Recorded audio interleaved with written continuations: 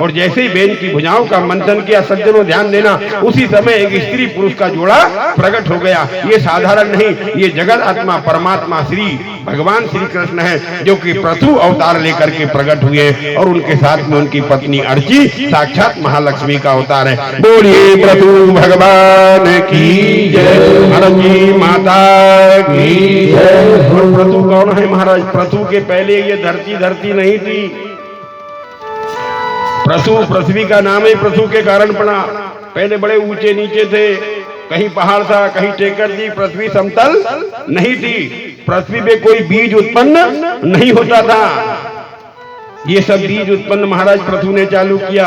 अपने बाणों की नोक से महाराज पृथु ने पृथ्वी को समतल किया है। और पृथ्वी के ऊपर कुपित हुए कि तू यज्ञ में भाग लेती है, बदले में दूध नहीं देती। और पृथ्वी के ऊपर धनुष बाण लेकर महाराज पृथु दौड़े हैं। तब पृथ्वी ने गाय का रूप धारण रख के कहा, महाराज मैं दूध तो दे सकती हूँ पर बछड़ा तो बने कोई। गाय दूध किसके लिए देती है? हाथ जोड़ के निवेदन। बछड़ा के प्रेम में पहले बछड़े को खोलना पड़ता है, और बछड़े के प्रेम में गाय पनाती है, फिर दूध देती है महाराज। फिर हम अपने स्वार्थ के लिए बछड़े को दूर करके दूध का दोहन कर लेते हैं, लेकिन गाय दूध देती केवल बछड़े के लिए। इसलिए परमात्मा को भक्त वत्सल कहा गया है। भक्त वत्सल भगवान की जय।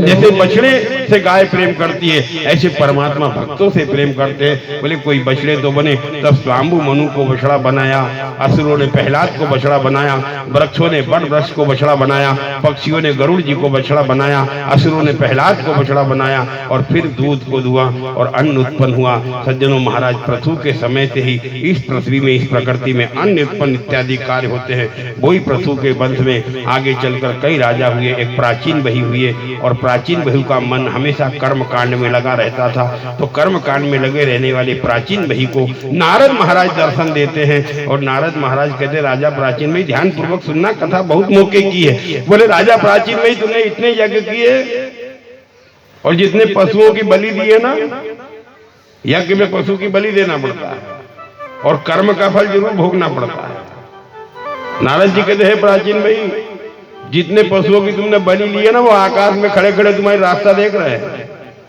वो तुमसे बदला जरूर लेंगे। ये कर्मकांड करने वाले समझ लेना, हाथ जोड़ करके निवेदन। जितने पशुओं का वध किया है, वे सब पशु आकाश में तुम्हारी रास्ते ही देख रहे हैं, उसको भोगे बिना तुम्हारा उद्धार नहीं होगा। राजा प्राचीन में घबरा गए, महाराज मैं तो भगवान को प्रसन्न करने के लिए काम करता हूं कि परमात्मा प्रसन्न हो, यज्ञ के द्वारा देवी प्रसन्न हो। बोले वो सब फल मिलेगा, लेकिन पाप का फल अलग भोगना पड़ेगा, पुण्य का फल अलग भोगना पड़ेगा। तब राजा की शंका को दूर करने के लिए नारद जी एक बहुत सुंदर कथा उनको सुनाते हैं। नारद जी कहते, राजा प्राचीन भाई दो मित्र थे, ध्यान पूर्वक सुनना, बड़ी सुंदर कथा सुनाते नारद जी। दो मित्र थे, एक जीव और एक अभिज्ञा।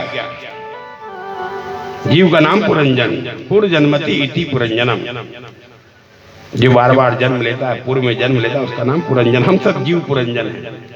और उनका सखा अभिज्ञा।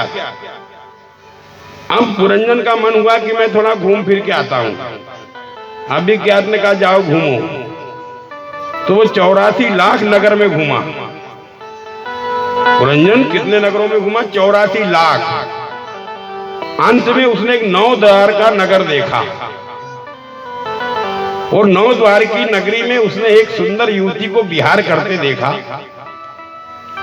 10 सेवक उस 9 द्वार की पुरी की रक्षा कर रहे हैं, और एक 5 फन वाला सर्प उनका चौकीदार बना खड़ा है। नारद जी कहते, राजा प्राचीन भाई वो जीव पुरंजन उसके अंदर पहुंच गया। युवती ने देखा, स्वागत किया, आओ मैं तुमको वर्ण करना चाहती। इसका नाम काल कन्या है। वर्ण किया। कई हजार वर्षों तक पुरंजन उस स्त्री के साथ विहार करने लगा। फिर अंतोगत्वा बुढ़ापा ने जरा नाम का व्याध, जरा ने घेर लिया, तो चंडवेग नामक राक्षस ने उसके नगर पर चढ़ाई कर दी। समय